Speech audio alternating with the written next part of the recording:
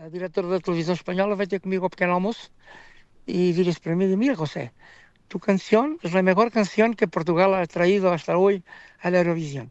Pero la noche te vamos a dar 0 puntos. A minha vontade foi mandar lá uma palavra que começa a la M, percebes? Com pontinhos. Na edição do Festival da Canção em que participou, há algum detalhe ou bastidor curioso que o público em geral talvez não saiba? Não, eu no meu ano em que eu ganhei, eu já tinha ficado 5 vezes em segundo lugar. Bem que o Rei faz anos, a rosa que te dei, o meu piano, morrer de amor por ti, a balada para Dona Inês. 5 segundos lugares é obra de arte. Então, o Dr. Sá Carneiro, Sim. falecido Sá Carneiro, ele era um enorme fã meu. E eu era também muito amigo da pessoa que me dirigia nessa altura, que era a mesma pessoa que dirigia o Zeca Afonso, o Adriano, o Paulo Carvalho, o Vitorino, que é muito meu amigo, e o Paulo Carvalho também. Enfim, era uma pessoa que tinha na sua escuderia, entre aspas, grandes cantores da época. E ele era muito amigo de Sá Carneiro e era uma pessoa muito rica do Porto e financiava o Sá Carneiro. Aqui um dia o Sá Carneiro disse-lhe: gosto muito do José Cid, muito. É o grande cantor português e eu gostava até que ele um dia ganhasse o festival. E o Arnaldo Trindade ligou-me e disse isto. Disse: olha que engraçado. Eu por acaso até tenho guardada na cadeira, numa gaveta, a canção certa para avançar para um festival da Eurovisão. E atenção que nós estamos a falar em 1980, que eu neste momento seria incapaz de cantar aquela música, não ser embalada talvez, mas assim. Sim. Conclusão. Eu fui ao Festival da Canção Portuguesa, depois de ter ficado 5 vezes em segundo lugar. Tirei da gaveta um coelhinho dentro da cartola, que era o Adio, Adio, Vidas and Goodbye, que na época era avançadíssimo. Foi o primeiro tema em discussão que foi a Eurovisão. Atenção, conclusão. A música o festival estava ganho. Mesmo que eu não tivesse Sá Carneiro por trás, o festival estava ganho. E nessa altura eu vi a reação e a inveja e o mau caráter das pessoas todas que estavam do outro lado, onde eu tinha que ser o eterno segundo e eles a gozarem nas minhas costas. Como depois o fizeram na Eurovisão. Atenção. E ganhei. Levei uma subidela de algumas pessoas que estavam na plateia. A minha mãe, que se achava uma senhora de uma estirpe muito fina e muito grandiosa, também não me deu os parabéns. A minha irmã, uma das minhas irmãs, que era embaixadora, também nem pensar, deram os parabéns. Tive outra irmã que foi sempre a minha mãe, a minha irmã mais velha, que me apareceu a chorar no teatro onde foi o Festival da Eurovisão em Lisboa. Acho que era o São Luís. Ganhei, comecei-me a preparar para a Eurovisão e os comentários que se faziam lá fora é que este ano a Espanha não era a Espanha que trazia uma grande canção à Eurovisão, era Portugal, um tal José Cid, não sabemos bem quem é, bem, não havia internet, não se sabia. E pronto, eu cantei a canção, ainda pensei cantá-la em inglês, mas não cantei como estava ali, já tinha muitas palavras em estrangeiro, mas sabia perfeitamente que nunca iria ganhar a Eurovisão. Nunca iria ganhar a Eurovisão pela seguinte razão. Portugal não tinha, primeiro, dinheiro para organizar a Eurovisão no ano a seguir se ganhasse. Depois, Portugal não tinha auditório nem orquestra para acompanhar o Festival da Eurovisão. Portanto, os tipos da televisão portuguesa, quando viram que eu em 400 jornalistas era favorito no dia anterior à Eurovisão em Bruxelas por 376, isto é, em 400 jornalistas 376 estavam em mim, eu sabia perfeitamente que nunca ia ficar entre os 5 primeiros. Porque a própria televisão portuguesa fez os possíveis para me boicotar a todos os níveis lá fora. Não fizeram nada daquilo que 20 e tal anos depois fizeram e muito bem com o Salvador Sobral. Ali foi muito mal e implicava inclusivamente maçonaria. que eu sempre me recusei sempre da maçonaria e implicava também maçonaria dentro da própria televisão. Eu baixei os braços e disse, pronto, esta canção pode ser que daqui a 20 ou 30 anos toda a gente a cante, como acontece nos meus concertos. Certo. Pronto, e deixei andar. Para a Eurovisão, era favorito do vencedor, do Johnny Logan. Eu era o favorito dele. E ele era o meu favorito. Ganhou ele.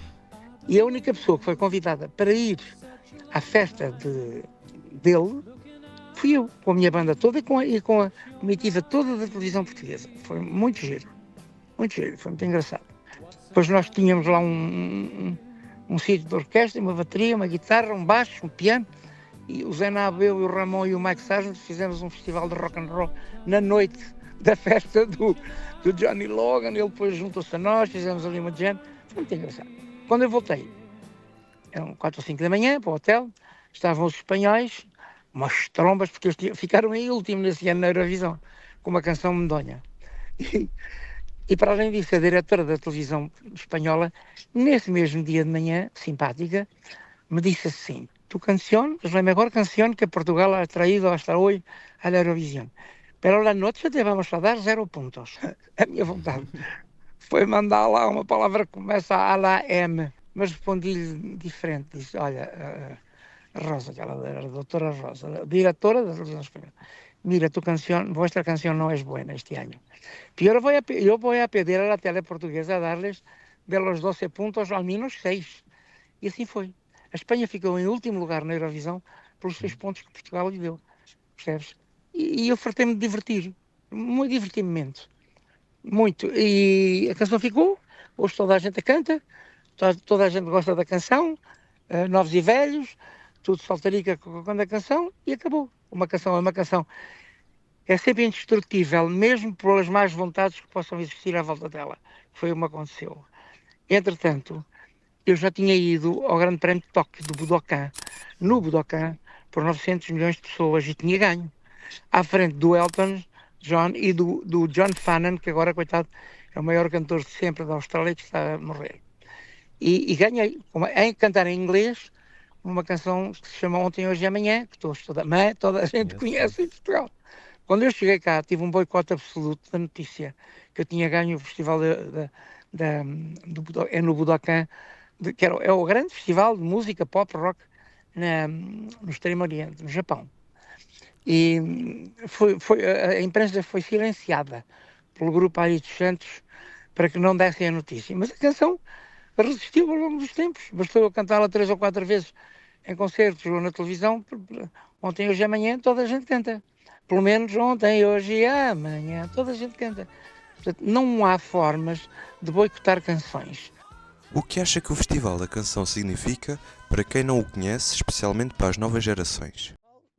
O Festival da Canção é um festival de todas as pessoas, vão dos 7 aos 70, ou aos 80, e aberto às melhores canções.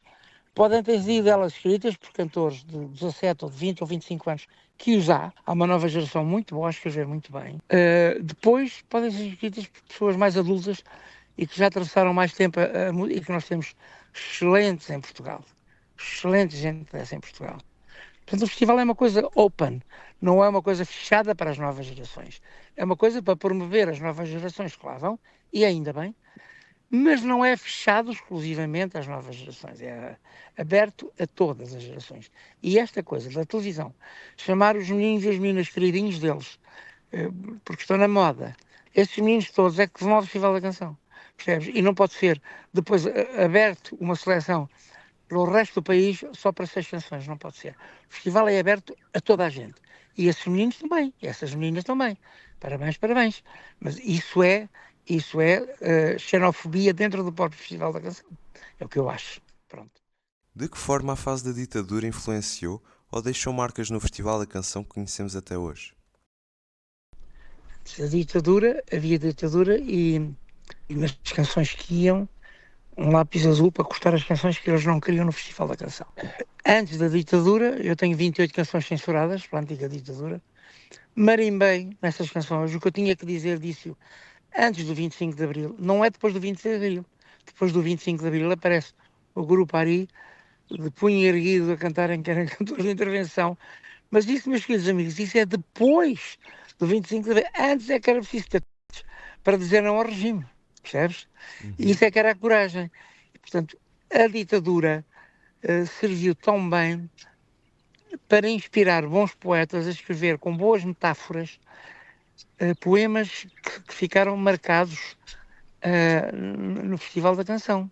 Por exemplo, Cavalo à Solta, por exemplo, A Tourada, por exemplo, a minha canção No Dia em que o Rei faz anos, que é a história do 25 de Abril contada 15 dias antes do 25 de Abril aparecer. Aquela é a história. Não, mas isto aqui não é antes, é 15 dias antes. Aquela é a história. Eu vou ser franco, eu quando vi o Touro a escrever a Tourada, que ganhou em 73, disse, eu posso fazer uma canção com o meu lado poético, inspirado, que revela um povo revoltado, mas que atravessa pacificamente as estradas reais, que invadem a cidade de noite para lhe abrir as portas de par em par, que chamem ao rei, que era o ditador, para ficar abaixo, para o matarem. Enfim, eu posso fazer uma coisa dessas com palavras que evitassem a inteligência das pessoas a perceber, olha, isto é aquilo que nós estávamos a esperar que fosse. Olha, isto é um sinónimo de uma coisa rebelde. Olha, isto é o povo que avança pela rua à noite para se esconder. E usávamos essas metáforas para beneficiar até a riqueza poética da canção. Nunca ninguém percebeu, durante rara, só 5% ou 10% das pessoas é que perceberam que No Dia em que o Rei faz anos era uma canção completamente rebelde. E o próprio Paulo Carvalho só confessou isso 40 ou 50 anos depois, mas confessou. A canção com que eu ganhei, que foi a senha do 25 de Abril, não deveria ter sido a minha, devia ter sido a canção do Zé Cid, que era realmente a canção que explicava um 25 de Abril sonhado pelo povo todo. Portanto, sim, a censura foi má, mas ao mesmo tempo foi inspiradora, através de metáforas, que nós poetas escrevemos. Acha que o Festival da Canção mudou muito depois de muitos anos a evoluir? Não mudou muito, só que de repente tivemos a sorte e o prazer e o privilégio de ter o Sobral a ganhar, uma enorme musicalidade. Achei piada ao Tatanka, que é meu amigo, de cantar em inglês e levar uma canção para ficar em 7º lugar. E acha que conseguiria cantar como antigamente? Eu estou com a minha voz igual à de 1980. A minha voz está cá. Se tu vires no meu Facebook os meus concertos recentes, eu estou a cantar 2 horas e meia a abrir. Muito roqueiro, muito mais roqueiro, exatamente para mostrar a diferença das outras. Eu tenho a minha voz toda. Nunca na minha vida iria fazer qualquer coisa ligada à inteligência artificial para um festival, porque o Festival da Eurovisão parece-me quase todo feito por inteligência artificial. Como foi a sua primeira vez no Festival da Canção com a música Balada para Dona Inês? A balada para Dona Inês, estava na tropa, Mafra deu-me autorização para eu ir cantar ao festival, eu estava muito estressado porque tinha nessa semana separado a minha primeira mulher, estava altamente, mas fiquei em 2º lugar. A canção era muito na linha das canções de 1111, as pessoas gostaram muito, contavam uma história, mas não é das canções que eu mais gosto, mas no Festival da Canção não é, mas gostei, fiquei em 2º lugar, foi bom para mim. Estava na tropa, cabelo rapado na tropa. E na semana em que eu tive que me separar da minha mulher e ficar com a minha filha nos braços, e foi complicado, muito complicado para mim. Aliás, às vezes no final da minha interpretação eu fazer assim uma espécie de sussurro. E pronto, mas eu senti-me bem, gostei, foi interessante. Era com orquestra, que é uma coisa que eu gosto de fazer. Tem alguma música dentro do festival que para si tenha sido especial de alguma forma? Suponho que seja a de 80, de quando venceu. Não, eu gostava dela, mas achei a canção uma canção muito plástica, não feita por inteligência artificial, mas muito plástica. Mas tinha um bocadinho de Elton John, um bocadinho de Supertramp, um bocadinho de Jazz Cid, um bocadinho de riffs dos Stones, era um bocadinho de tudo, percebes? Mas isso foi o meu maquiavelismo como compositor que me permite fazer isso. E a crítica, toda a crítica da Europa e tudo. Finalmente Portugal traz uma canção favorita da Eurovisão. 400 jornalistas deram 376 votos como vencedor. E eu que estava a rir-me para dentro e que sabia que não podia ser. Mas acima de tudo eu sou um escritor de canções e conto sempre com o tempo. O tempo resolve tudo, menos o tempo a passar. Então adeus, beijinhos e abraços, saudades para a Zambuja, onde eu tenho vários amigos e amigas. Addio, adieu, auf Wiedersehen, goodbye. Amore, amour, meine Liebe.